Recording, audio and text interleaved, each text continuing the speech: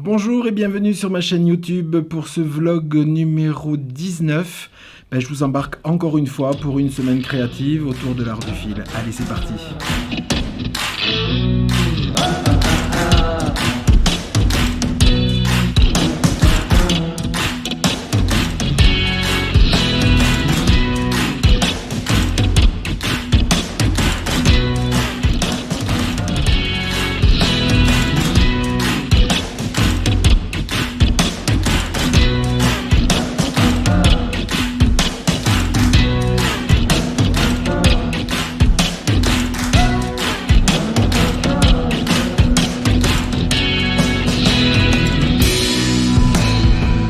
Voilà, donc on redémarre une nouvelle semaine créative. Je vais commencer, on va commencer dans le vif du sujet à parler tricot. Euh, le tricot va être légèrement, comment dire, pauvre, enfin les avancées tricotesques vont être assez pauvres cette semaine parce que j'ai énormément de teinture à faire, j'ai énormément de teinture sur commande. Et donc voilà, étant donné que je vais arriver sur des parties des tricots qui sont un petit peu ou qui demandent concentration, voilà, que je fais maintenant que le soir, ça va être relativement difficile. Mais bon, j'ai d'autres choses à vous montrer, et puis ça permettra de vous en montrer un peu plus la semaine d'après, c'est tout. Puis bon, je vais quand même aller assez vite parce que je veux pas que ça soit trop redondant, parce que là je vous montre que deux, je vous montre que, non, même pas, là je vais vous montrer qu'un, et je pense que cette semaine le Notion of Color je vais même pas en parler. Donc là je vais vous montrer, je veux pas trop que ça soit redondant de vous montrer toujours, donc je vais passer vite fait, je vais vous montrer les avancées. J'ai tricoté uniquement que le promenade en Écosse de Même les anges tricotent, voilà, qui se tricote sur 3 écheveaux. Bon, moi je le tricote avec deux écheveaux en mérino yak nylon dans le coloris 7 et un, donc deux écheveaux de 7 et un dans le coloris l'apprenti du scribe. Voilà, donc voilà où j'en suis cette semaine. Donc je pense que j'avais, oh, je me rappelle plus. Je pense qu'on s'en était arrêté là, le vlog dernier. Donc j'ai terminé la dernière section de point mousse, là. J'ai fait la section de point mousse bicolore et j'ai commencé la dentelle. J'ai commencé la dentelle. Quand je vous dis qu'il y a des jours où quand on est fatigué, il faut pas tricoter, moi c'est clair et net. Euh, euh, j'ai ce châle, alors ça n'a rien à voir avec le design, hein, mais là je crois que c'est des semaines où en fait il faut pas que je tricote. Ou alors il faut que je tricote du point mousse, bon, ce qui n'a aucun intérêt. Donc bon, faut vraiment être reposé. Enfin là, en ce moment, c'est l'été, ça commence à tirer un peu là, la fatigue et tout. Donc, vous voyez, même sur du point mou, j'ai réussi à me tromper. J'ai récupéré le coup parce que pourquoi? Donc moi, j'avais zappé la partie de brioche bicolore, donc qui était. Attendez. Euh, Oui. La partie de brioche bicolore qui était censée être ici, donc je l'ai fait au point mousse. J'ai refait une partie de section de point mousse ici, donc en rouge. Et après, on a attaqué euh, de point mousse bicolore. Seulement, comme c'était du point mousse et que je savais où est-ce qu'il fallait augmenter sur les précédentes sections, j'ai juste regardé combien de rangs Laetitia disait de le faire, et c'est tout. Donc je me suis dit, allez, c'est bon, j'ai dit, j'ai pas besoin du patron, j'ai dit, je regarde juste le nombre de rangs qu'il faut faire en point mousse bicolore. Seulement, le truc, c'est que les augmentations s'arrêtaient à partir de cette section-là. Et moi, j'ai continué, enfin les augmentations que d'un côté. Donc moi je suis arrivé au bout de cette section, enfin je suis arrivé presque, oui, au bout de la section. Je suis arrivé au bout de la section, je compte mon nombre de mailles et je me rends compte que il y avait sur le patron, il y avait, bon je dis une bêtise au niveau des points, je crois qu'elle disait à droite 100, 120 et de l'autre côté 90. Et moi je me suis dit c'est pas normal, j'ai dit une bêtise, j'ai dit j'ai 100 et 100 de. Donc effectivement, je regarde sur le patron et en fait, il fallait arrêter d'augmenter parce que le châle ne s'arrête d'augmenter à partir d'ici. Donc, enfin de ce côté-là surtout, de la petite partie, donc de gauche pour vous. Donc, qu'est-ce que j'ai fait? Je me voyais mal repartir. Parce que ici, d'un côté, on continue à augmenter, mais de l'autre, on s'arrête. Donc, du coup, je me voyais mal en bout de section de point mousse, redéfaire tout le point mousse pour enlever les augmentations ici. Donc, ce que j'ai fait, bah, c'est que j'ai prolongé la section de point mousse bicolore. J'ai continué la section de point mousse bicolore en adoptant des diminutions aléatoires sur cette partie-là de point mousse. J'ai réalisé les diminutions sur les rangs en vert, donc comme ça c'est invisible. Et jusqu'à temps d'arriver, alors j'en ai pas fait parce que ah oui, j'avais pas loupé à moitié. Il y avait une bonne vingtaine de mailles, je crois 20 ou 24 mailles à réduire sur. Alors je me suis dit, bon, ben tant pis, s'il faut faire 8 répétitions de point mousse bicolore, je dis, je le continuerai. La galère continuait, j'ai continué et en fait, je sais pas combien j'ai fait de plus. En fait, j'ai fait des diminutions drastiques pour arriver au bon nombre de mailles de chaque côté. Alors, voilà, sur ça, franchement, se tromper sur le genre de. C'est que j'étais vraiment pas. Bref, j'avais le bon nombre de mailles et après, bah, du coup, j'ai entamé la section de dentelle dans le coloris, l'apprenti du scribe. Donc, il y a 2 fois, je crois que c'est ça, hein, il y a 2 fois de la dentelle avec ce coloris-là, qui est le même, et après, plus haut, il y aura de la dentelle, enfin des points ajourés ou dentelle avec le coloris principal. Voilà, donc voilà où j'en suis, voilà où j'en suis. Ouais, voilà où j'en suis. Donc j'avance pas trop, c'est pas une période propice au tricot. Propice au tricot parce que je suis extrêmement fatigué et que le moindre truc ça m'énerve.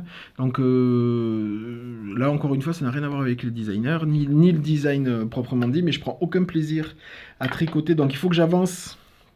Il faut que j'avance parce que j'ai d'autres projets pour la boutique, tricot pour vous montrer d'autres choses qui vont arriver. Donc il faut vraiment que je m'active un petit peu, mais c'est un petit peu compliqué de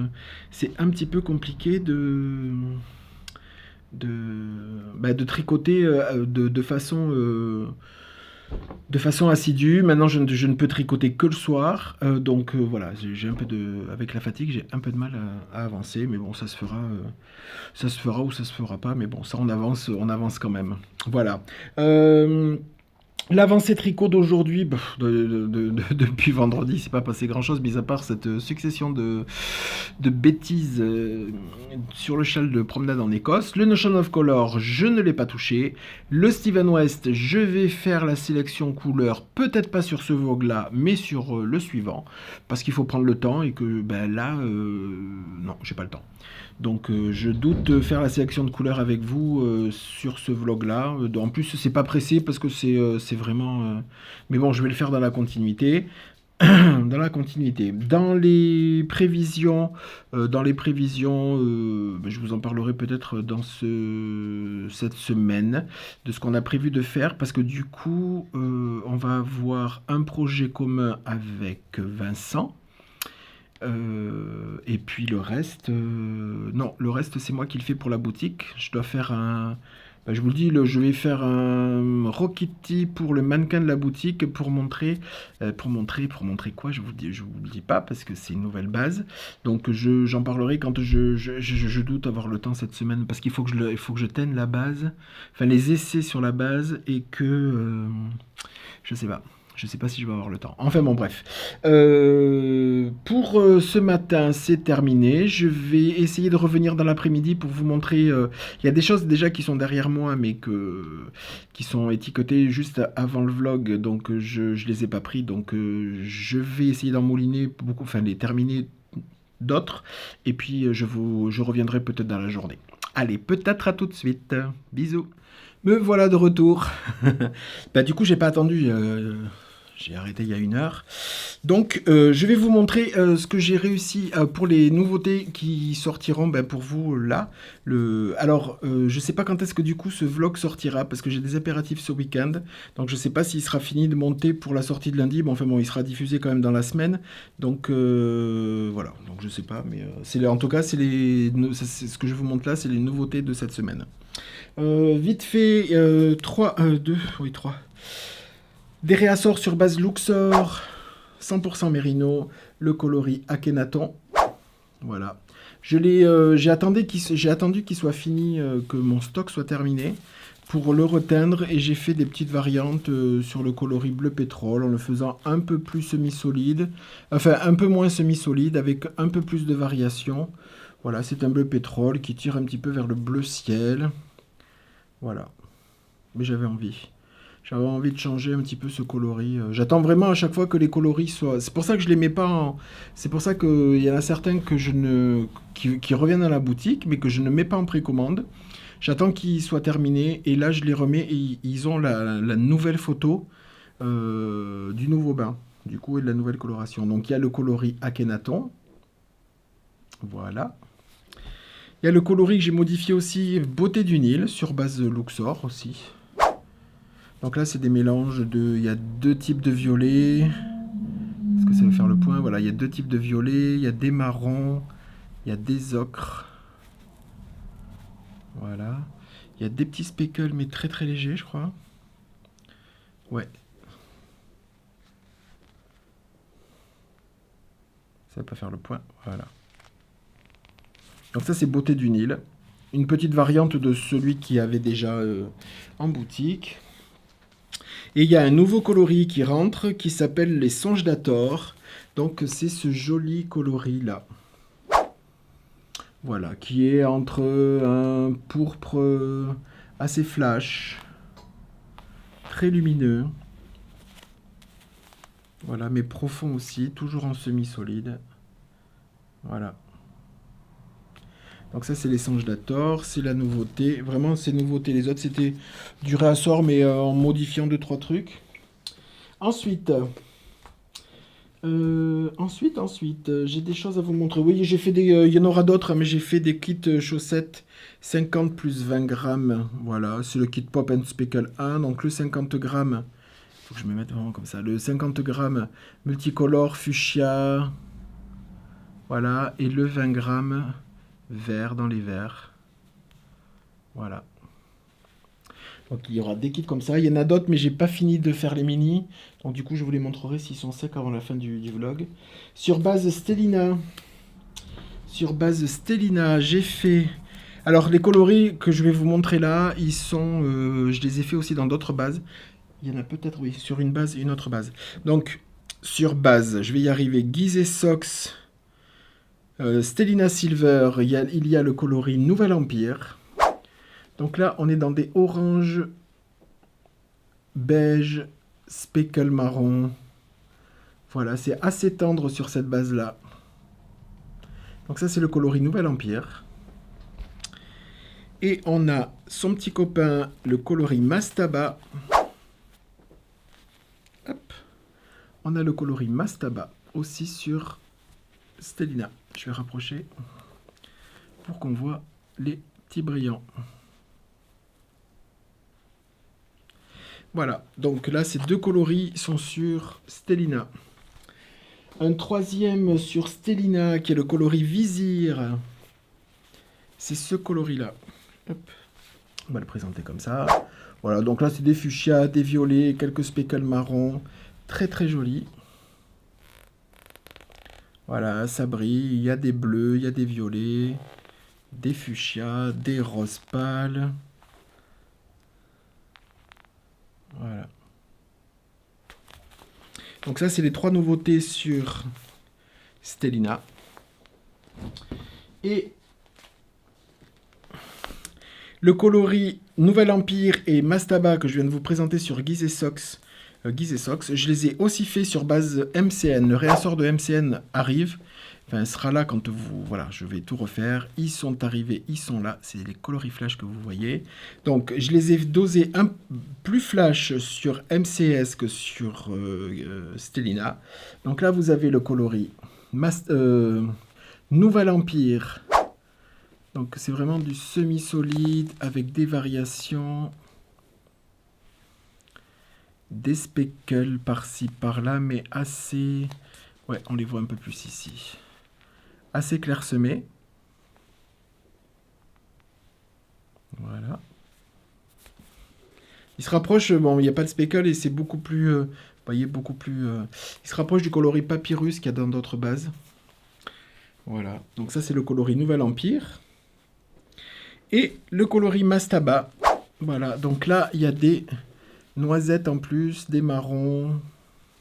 Voilà, il est beaucoup plus nuancé. Voilà, il y a ce genre de... Voilà, ce genre de marron là. En plus que dans l'autre.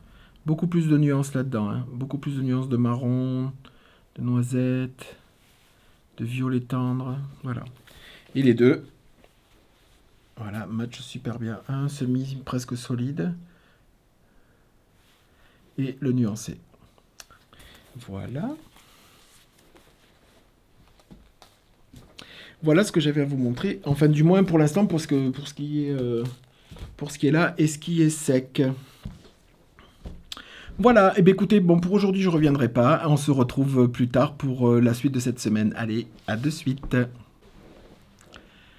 Bonjour, content de vous retrouver, j'espère que vous allez bien. Alors, aujourd'hui, je viens vous voir. Je vais commencer. Qu'est-ce que je porte? Ce matin, il est très tôt, très très tôt. Ce matin, je porte mon châle Botanic Shawl de Steven West. Voilà. Je ferai courant de l'été. On me l'a demandé. J'avais déjà fait un épisode sur les châles de Steven West que j'avais fait. Mais ça fait un bon bout de temps. Donc courant de l'été, je ferai certainement un épisode hors série avec tous les autres châles que j'ai fait depuis, sans trop d'explications. Hein. Ça sera vraiment pour montrer les modèles, sans trop de détails, peut-être en disant 2-3 laines. Voilà. Donc là, c'est mon Botanic Shawl de Steven West que j'avais fait. Et moi, j'avais choisi, on l'avait fait en trio avec Paul et Olivier, Valpolocello et O'Kill Tricot. Voilà. Et moi, j'avais décidé de faire une version qui contrastait pas trop entre le coloris principal et la couleur contrastante. Voilà. Je veux quelque chose quand même qui se fondait quand même un petit peu. Voilà. Je peux pas vous redire le nom des laines. C'est pas les miennes. Je n'étais pas teinturier à l'époque.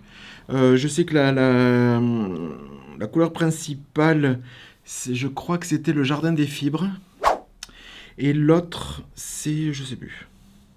C'est une laine industrielle. Ça se vend en pelote. Elle est très très bariolée. Elle est connue comme... Bon, si je retrouve le nom, je vous le noterai là.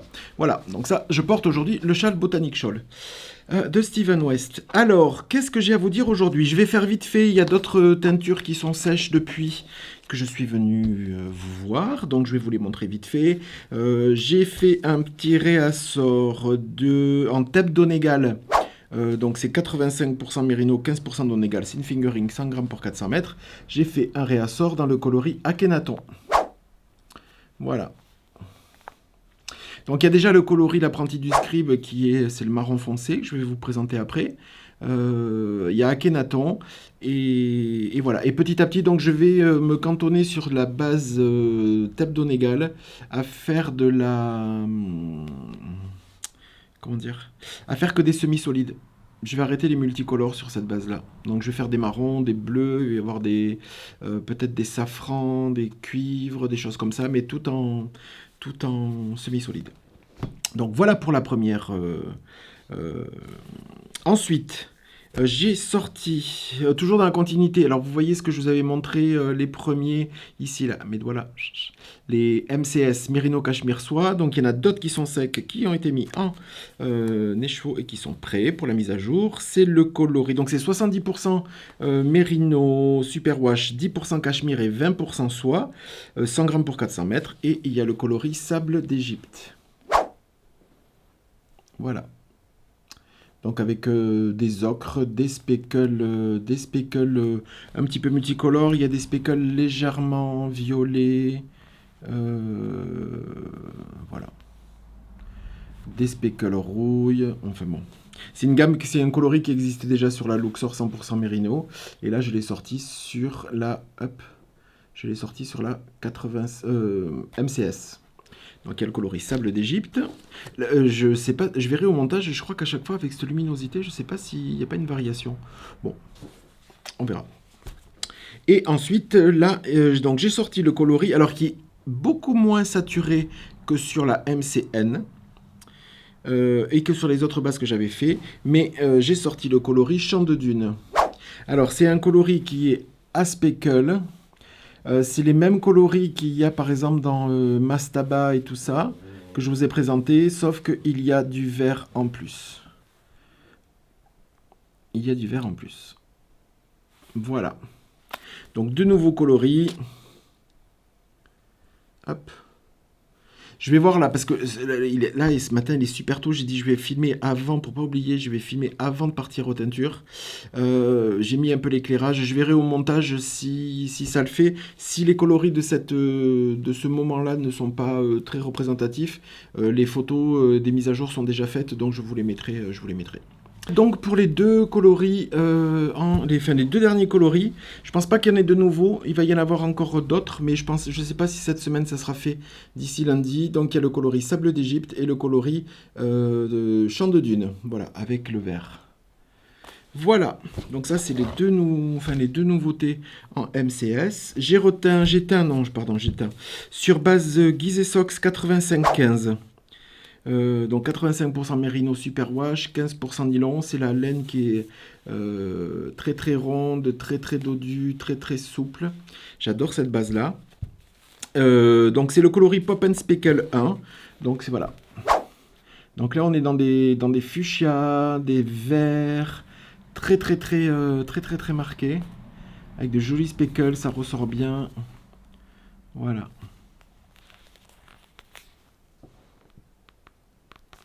Voilà pour le coloris sur base Gizeh Sox. Avec des jolis violets, fuchsia. Voilà, donc ça c'est pour la base Gizeh Sox 85-15. Et j'ai fait un joli kit de 2 échevaux dans cette base-là, qui s'appelle Duo Tablette du Scribe. Donc je vous le présente.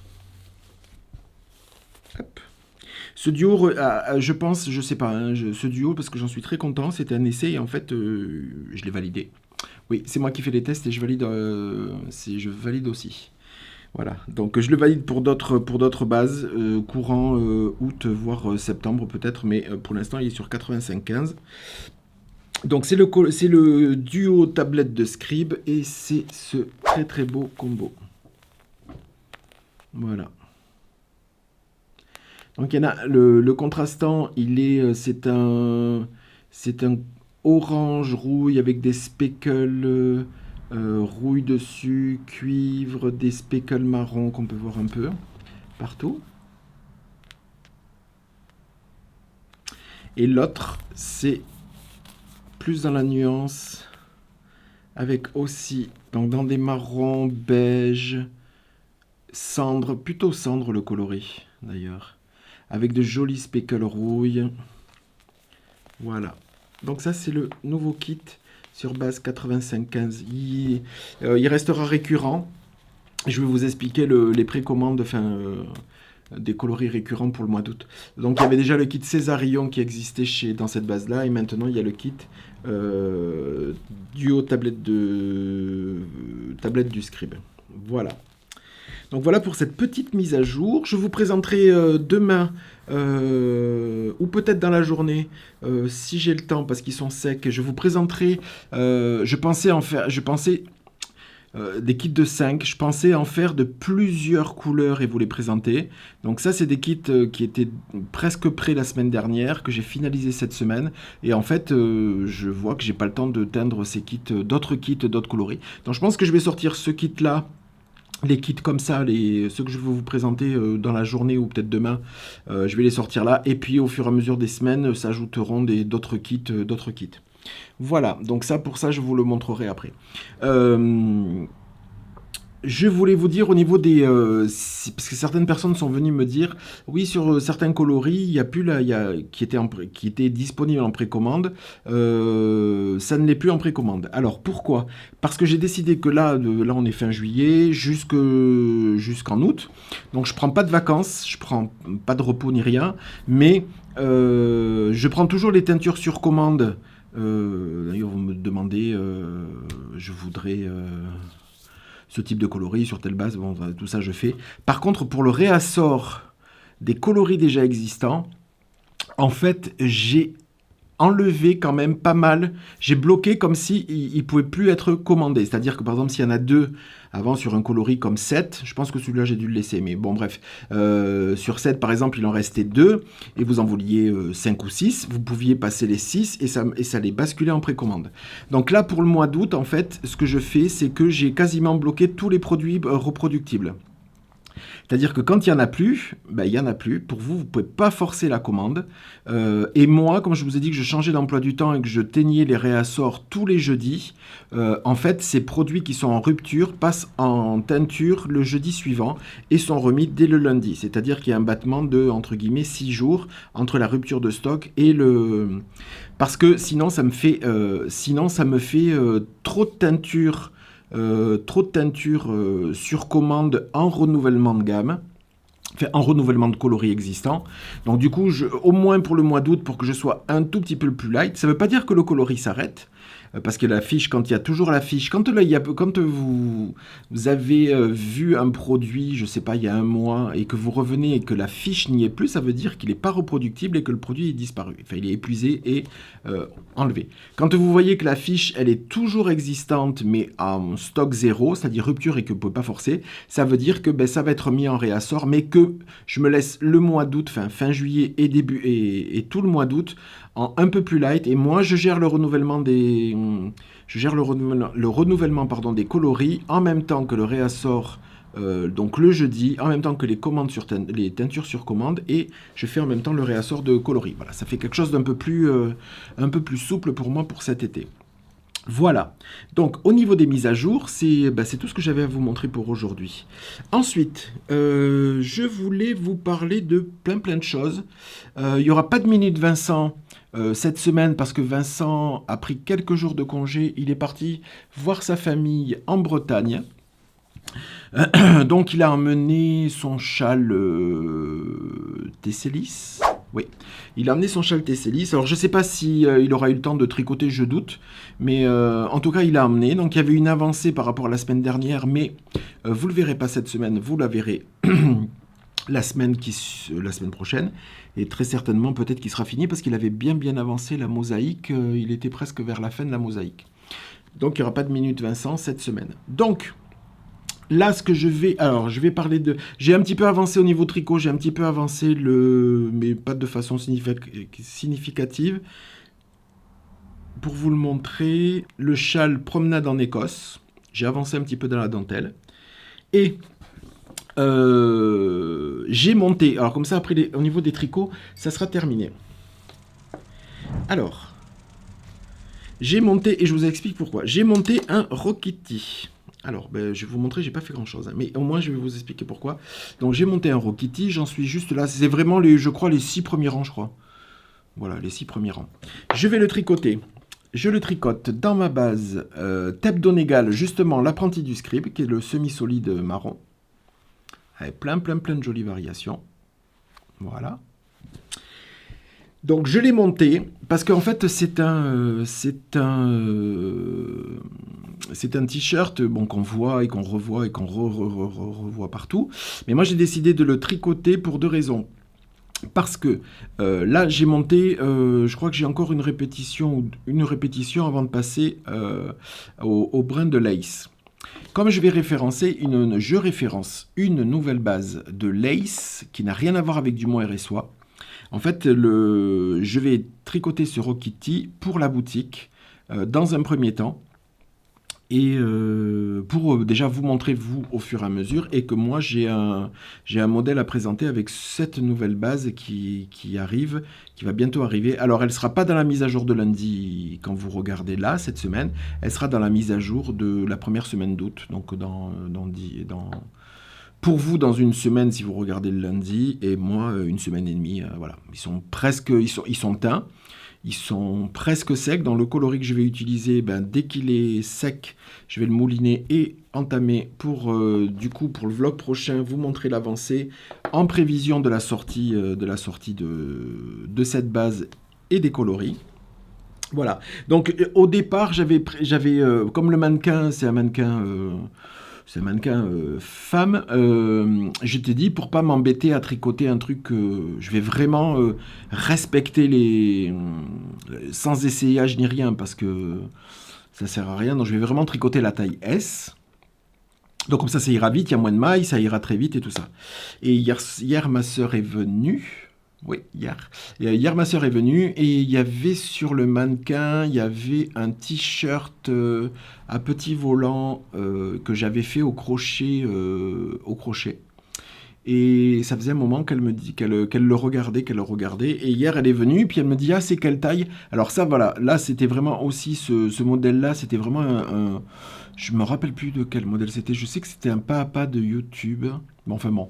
Je lui dis, bah écoute, je sais pas. J'ai dit, j'avais fait une taille. Parce que parfois, je crochetais des choses comme ça, juste pour le plaisir. Donc ça allait très bien au mannequin. Je voyais qu'il y avait un peu d'aisance sur le mannequin. Donc j'ai dit, je sais pas, peut-être une taille S, voire M. Donc en fait, elle a pris, elle a essayé. Et puis elle me dit, bon, mais je le garde, je repars avec. Voilà. Donc. Nous avons Gwendoline qui se retrouve sans t-shirt voilà. Donc bon, je vais là. Mais je connais ma sœur, donc j'ai décidé de ne pas tricoter la taille S, mais de tricoter le Rokiti en taille M.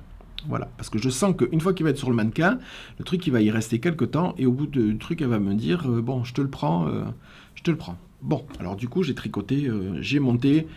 Pourquoi je l'ai monté si rapide? C'est parce que moi, j'aime pas les montages, ça me saoule. Donc, du coup, voilà. Et je l'ai monté en regardant les podcasts de Sophie qui était avec Julie. Coucou les filles, Loli Pelote. Donc, Sophie Zen au fil de la riche et Loli Pelote Julie. Et j'ai bien ri. En fait, j'ai arrêté le montage à un moment donné parce que je riais tellement que j'ai dit ça va commencer. Il n'est pas compliqué, hein, mais je me suis dit je vais bien faire une boulette sur un montage relativement simple. Donc j'ai passé un bon moment. Voilà, donc j'ai monté ça et là dès que c'est sec, je rajoute le nouveau coloris. Je vais faire. Je vais essayer d'avancer très fortement sur le châle promenade en Écosse ce week-end pour l'avancer au maximum. Parce que j'ai aussi un projet en commun avec Vincent qui va peut-être le commencer, je sais pas, quand il va rentrer. Je sais pas. Je sais pas si lui il a décidé si on va faire. Moi je pense que je vais teindre c'est le sweater, le Reagan sweater. Le Reagan Sweater. Donc je sais pas si je vais si je trouve bonheur là, parce que ma sœur elle a des goûts un peu particuliers. Donc je sais pas si je vais trouver bonheur là ou si je vais devoir teindre. Et Vincent aussi, je crois qu'il devait demander parce que lui il va le faire pour sa sœur, sa grande sœur. Donc du coup, je sais pas si on va le commencer rapidement parce que je pense qu'il va falloir que je teigne avant. Voilà, donc je voudrais essayer d'avancer ce week-end un maximum pour j'espère avoir le dimanche entier, sans teinture, pour pouvoir essayer de me mettre sur alors pas le Notion of Color, mais au moins parce que le Notion of Color, il est très très bien avancé. Remarquez, je pourrais le finir, et puis... Non, mais je préfère avancer sur le promenade, et puis me laisser le Notion of Color un peu plus dans la... En fait, j'ai pas envie de tricoter. Là, c'est une période où j'ai énormément de travail, et c'est très très bien. Je suis très très très content, mais en fait... Le soir, j'ai plus envie, quoi. Donc je vais tricoter 2 rangs, 3 rangs. Si je tricote 6 allers-retours d'un châle, c'est un grand max. Donc voilà, il y a des périodes où on est plus ou moins enclin à tricoter. Voilà. Oui, justement, Sophie, dans son podcast qui est sorti, vous le verrez. Oui, il est sorti, donc avec la partie commune de Julie. Et plus après, elle a continué. Elle avait parlé qu'on faisait le châle en commun avec le châle de Steven West, donc son fameux châle orgasmique. Donc moi, j'ai fait un petit tour dans le combo que je vais choisir. Alors, il y a des couleurs, c'est sûr, il y a des couleurs, c'est pas sûr. Donc moi, le combo, ça serait ça. Alors là, il y en a 2. Bon, bref, là, c'est un 50, mais il faudra 100 grammes. Donc le combo pour je sais plus, ce board là, de Steven West, en fait, ça sera celui-là. Hop. Voilà. Donc, en gros, il va y avoir un coloris qui est de l'ombre d'Anubis sur base Gizeh Yaksok. Voilà. Gizeh Yaksok. Donc ça, c'est de mes teintures. Donc il y aura le coloris noir, qui sera le coloris principal, c'est-à-dire qu'il y en a un où il y a beaucoup de métrage, donc ça sera ce coloris-là. Ensuite, je vais inclure mon nouveau Pop and Speckle 1 dedans. Donc c'est le fuchsia avec les speckles bleus, voilà, une espèce de violet très très flash, donc il va être associé aussi.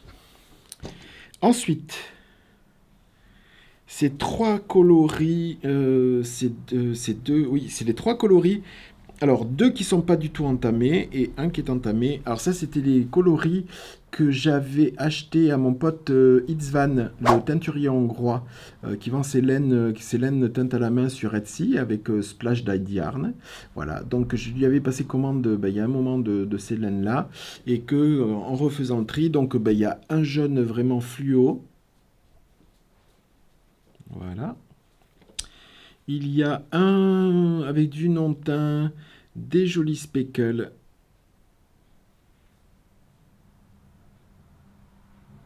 Voilà. Fluo aussi. Et il y a ce très très très joli mélange de bleu turquoise, de rouge, de rose ancien, voilà, de violet un petit peu parme. Voilà. Donc pour l'instant, et il y en a une troisième, mais celle-là, je suis pas sûr. Ça c'est des restes. Eh bien, justement, je crois que c'est des restes de ça. Oui, c'est exactement ça. Donc, c'est un violet très profond.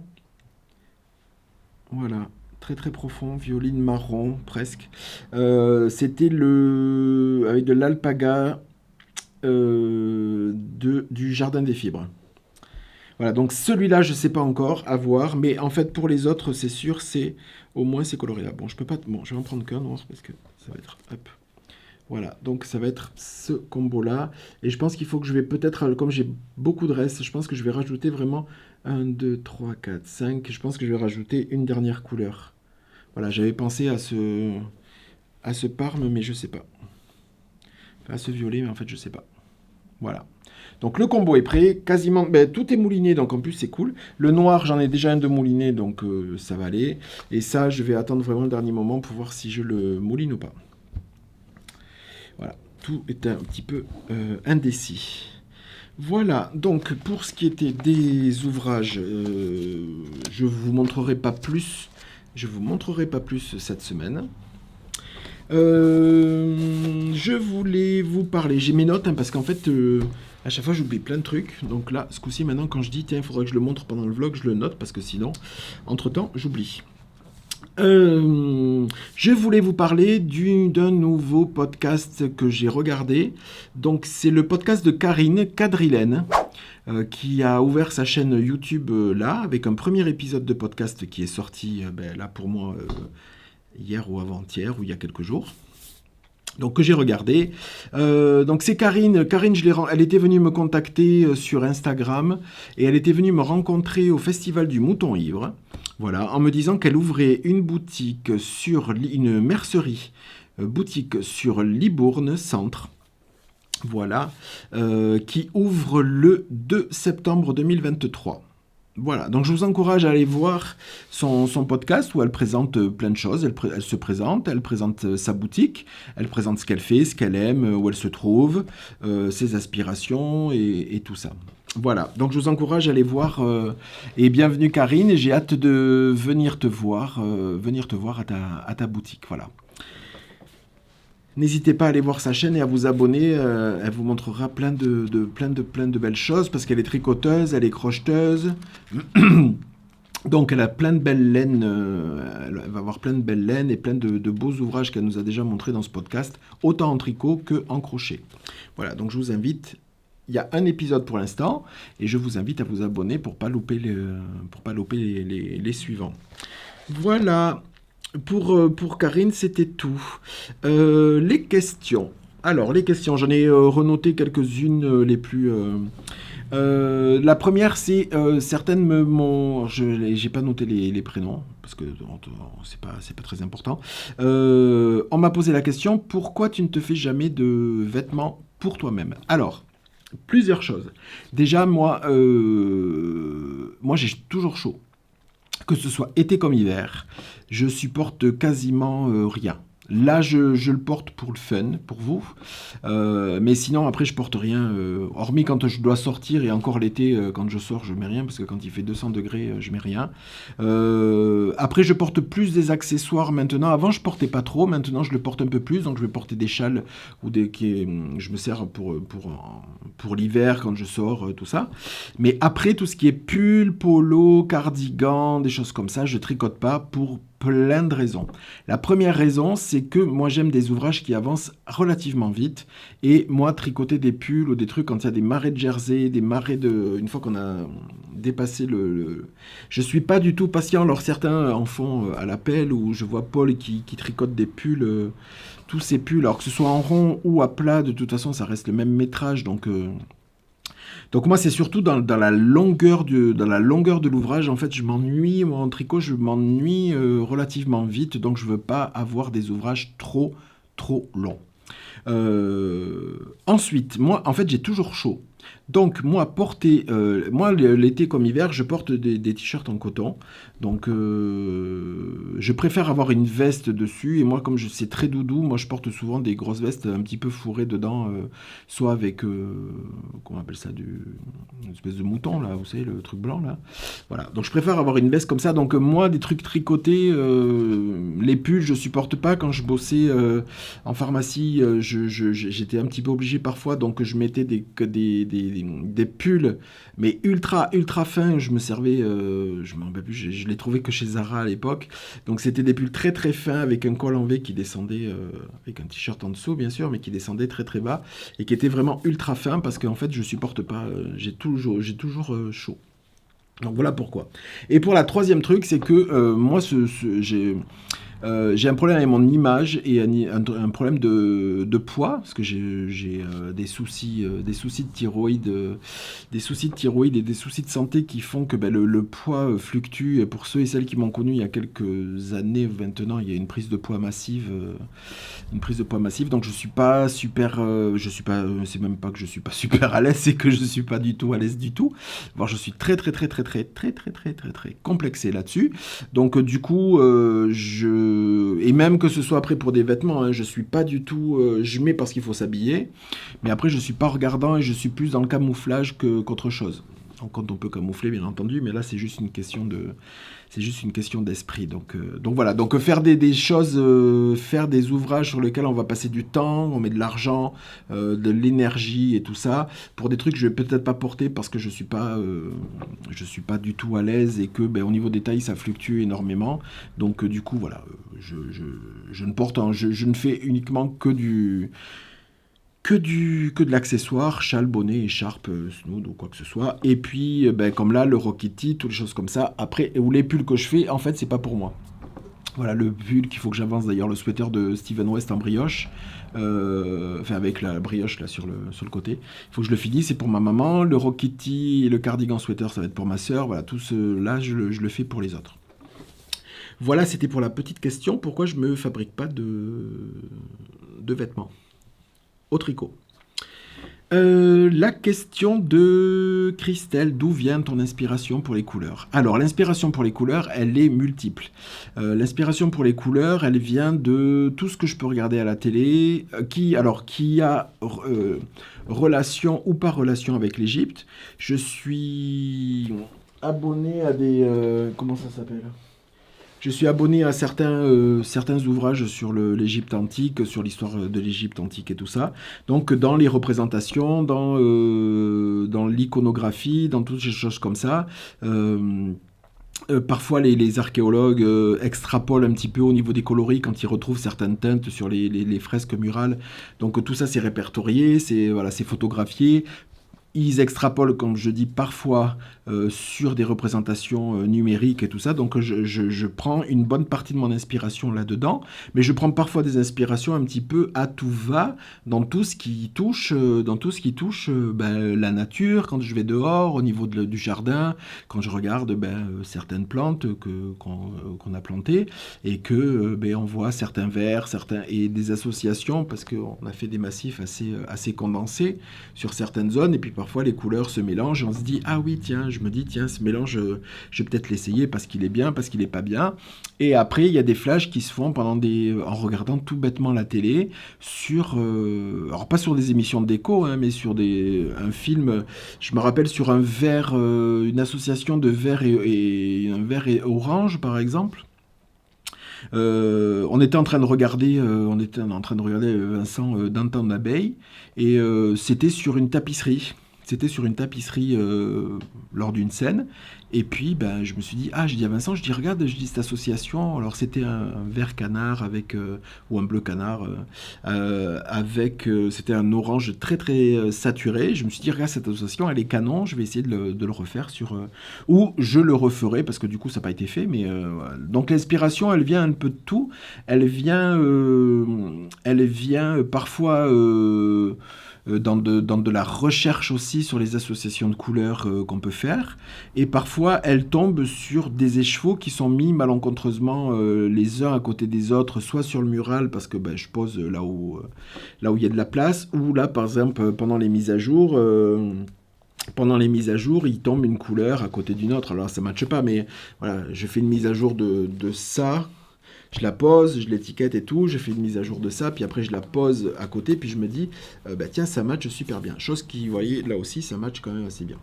Voilà, donc parfois, au niveau de l'inspiration, je me dis, tiens, ça match bien, donc je le note, et je me dis, tiens, peut-être que la prochaine fois, essayer de mélanger ces pigments pour essayer de faire quelque chose, non pas sur des écheveaux, mais un fondu entre les deux. Donc voilà d'où vient l'inspiration, elle est complètement multiple, elle relate un petit peu de tout ce qui tourne autour de l'Égypte, donc après toutes les couleurs qu'on peut voir au niveau des encens, des représentations d'encens, l'encens qui brûle, enfin toutes les choses, la parfumerie, les pierres, les bijoux, tout ce qui est comme ça, ça fait partie de l'inspiration donc j'essaye d'en retirer un maximum pour pouvoir avoir une création qui est un petit peu, enfin une création productive entre guillemets toutes les semaines, parce que je sors quand même des nouveaux coloris toutes les semaines, donc il faut pas d'épuisement d'inspiration, donc il faut aller toujours chercher. Et puis alors parfois Parfois, je me dis, il faut que je teigne, par exemple, il faut que je fasse, par exemple, le complément de Stellina. Donc là, vous voyez, ici, hop, là, il manque des trous. Donc j'ai dit, tiens, il faut que je teigne tant des chevaux de Stellina pour le stock. Dans ces coloris-là, j'ai déjà fait ce qu'il faut. Dans ces coloris-là. Donc je vais me donner un ordre de coloris qu'il faut teindre. Et puis, je me retrouve devant les gamelles et je me dis, qu'est-ce que je teins ? J'ai les pigments, j'ai tous les trucs. Et là, c'est le tableau blanc. Et parfois, un petit peu de l'abstrait, comme certains peintres qui commencent à peindre avec ce pigment-là. On essaye celui-là. Parfois, c'est sur des tests. Donc, on essaye une petite pointe pour pas trop gâcher. Et puis voilà. Donc, voilà d'où vient l'inspiration. Ensuite, il faut que je fasse passer un petit message à tous les youtubeurs et youtubeuses. Parce qu'il y a eu un commentaire, ça a été adressé à moi, parce que je le dis, et qu'il y a marqué à tous les youtubeurs. Cette auditrice, téléspectatrice, on ne sait pas comment on dit. On lui écorche les oreilles quand on dit Steven au lieu de Stephen, c'est pas le même prénom. Voilà, West. Pour préciser. Bon. Moi, je dis Steven parce que c'est Steven. Est-ce que c'est une contraction du PH qui prononce Moi, j'ai toujours dit Steven. Il m'a dit que c'était Steven parce que je lui avais déjà posé la question. Ça a eu déjà fait quelque chose. Hello, I'm Steven. Welcome to my channel. If you love knitting, you are in the right place. On fait un podcast, on monte, on prend du temps. Je suis content de venir vous voir. Ça prend du temps de venir là. Ça prend sur mon temps de travail ou sur mon temps de repos. Je le fais avec grand plaisir. On passe du temps au montage, à faire des tricots, montrer des teintures et tout. Et je vais dire, allez, grosso modo, 1 heure de podcast, la seule chose que tu retiens, c'est que je dis Steven au lieu de Stephen.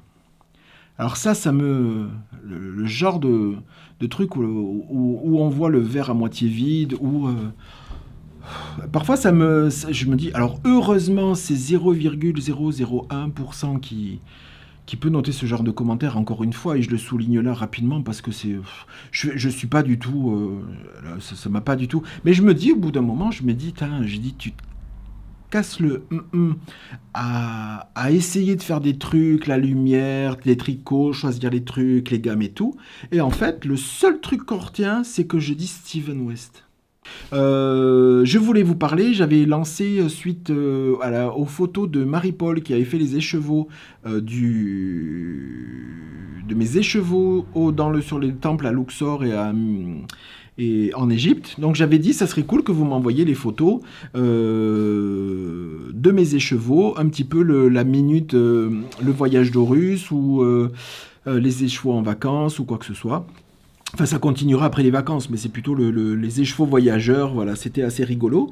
Donc, pour l'instant, Horus est parti. Alors, on va commencer. Horus est parti dans le 37. Il est parti en Touraine. Il est parti dans la petite ville de Draché. Qui a un mégalithe le plus haut mégalithe de Touraine, qui s'appelle la pierre percée. Alors c'est un mégalithe apparemment qui serait daté entre 2000 et 5000 ans avant Jésus, moins 2000 et 5000, entre moins 5000 et 2000 ans avant Jésus-Christ, je vais y arriver. Voilà, il est entouré de plein de légendes et plein de superstitions. Donc, alors ça peut aller, c'est du tout au tout. Hein. Je disais, vous irez voir si ça vous intéresse. De toute façon, en même temps que je parle, je mettrai les photos. Mais si ça vous intéresse, vous irez voir un petit peu l'historique. C'est rempli un petit peu de légendes et superstitions, comme tous les menhirs, comme tout Stonehenge. Bon, bref, et tout ça. Et c'est vraiment, ce qui est rigolo là-dedans, c'est que c'est vraiment soit... on passe la tête des bébés à travers ce trou pour c'était pour leur donner entre guillemets bonne santé ou pour les prévenir de maladies de peau, je crois, je sais plus qu'est-ce qu'il y avait peut-être à cette époque-là. Bon bref, il y a des paysans qui faisaient pousser de l'herbe pour porter un petit peu bonheur. Bon, vous irez voir tout ça parce que je l'ai lu, mais bon, j'ai pas tout retenu et tout. Donc il y a des trucs un petit peu entre guillemets bénéfiques, sympathiques. Et après aussi, il y avait des superstitions qui étaient aussi apparemment un autel de sacrifice où en fait on décapitait les gens qui étaient sacrifiés et on passait la tête à travers ce trou. Donc voilà, au niveau des légendes des superstitions, on passe du truc très, très bienfaiteur à passer le bébé, ça porte chance, ça porte truc, et jusqu'à, certains s'en servaient pour faire passer des têtes un petit peu ensanglantées à travers. Bon, ce qui est rigolo, mais ce qui fait aussi le charme de tous ces mégalithes. Voilà, donc là on était parti donc en Touraine, dans le 37, avec la pierre percée. Après, Horus est parti dans le 92, dans la commune de Puteaux, où il s'est retrouvé au pied de l'Arche de la Défense. Voilà, donc l'Arche de la Défense, tout le monde la connaît, tout le monde l'a déjà vue. C'est une arche qui mesure 110 mètres de hauteur. Elle a été construite entre 1985 et 1989. C'est une arche... tout ça, je le sais pas, hein, je le lis, hein, parce que... non, j'ai autre chose à faire qu'à de savoir... bon, bref. Donc, elle a été construite entre 85 et 89. Elle a été inaugurée lors du bicentenaire le 14 juillet 1989. Voilà, Arche de la Défense ou Arche de la Fraternité. Donc vous irez voir, il y a des choses que j'ai appris, ce que je me demandais, je savais que c'était des bureaux et tout, donc j'ai pas retrouvé si c'est encore exactement ça, parce qu'il y a, forcément c'est une arche, donc il y a un pilier qui appartient, au niveau des dates c'est marqué encore en 2007, donc je sais pas si c'est toujours d'actualité. Je crois qu'il y a le ministère de la Défense dans l'un, de l'autre côté il y a des assurances et je sais pas quoi, après il y a un campus qui s'est installé en bas. Il y a un campus qui s'est installé de trucs de communication, je sais plus quoi. Et en haut, je sais plus ce que c'est. Il y a le musée, il y a des musées, je crois. Il y a 2 musées différents. Mais bon, les dates, je suis vite fait aller voir sur Wikipédia. Donc au niveau des dates, c'était pas super mis à jour. Donc bon, en tout cas, c'était pour vous dire que vous allez voir Horus qui est parti au pied de l'Arche de la Défense. Et alors le plus où on a voyagé, alors là on est passé complètement dans une autre dimension avec Horus est parti en vacances avec il est parti en vacances. Il a voyagé avec Lucie, notre belette nationale, les péripéties d'une belette. Je vous conseille d'aller voir ses podcasts aussi, ses vlogs, c'est pas des podcasts, qu'elle sort toutes les semaines aussi. Coucou Lucie. Donc Lucie a amené Horus et les écheveaux. Elle les a emmenés, alors elle n'a pas fait à moitié, hein. Elle les a emmenés dans le Mordor. Donc dans le Mordor, qui signifie le pays noir en sindarin. C'est un territoire qui se trouve au sud-est de la Terre du Milieu. Voilà. Qui à la base c'était le fief de Sauron. Bon, après la défaite de Sauron, le Mordor est passé sur plusieurs communautés.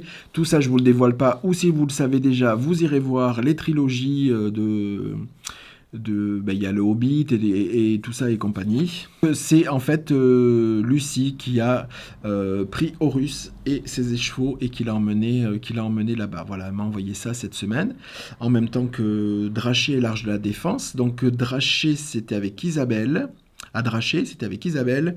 L'Arche de la Défense, c'était avec Valérie. Et le Mordor, c'était forcément avec Lucie. Voilà. Parce que j'ai trouvé ça très, très, très, très, très rigolo. Donc, je vous mettrai aussi les photos qu'a réalisé Lucie avec tout ça.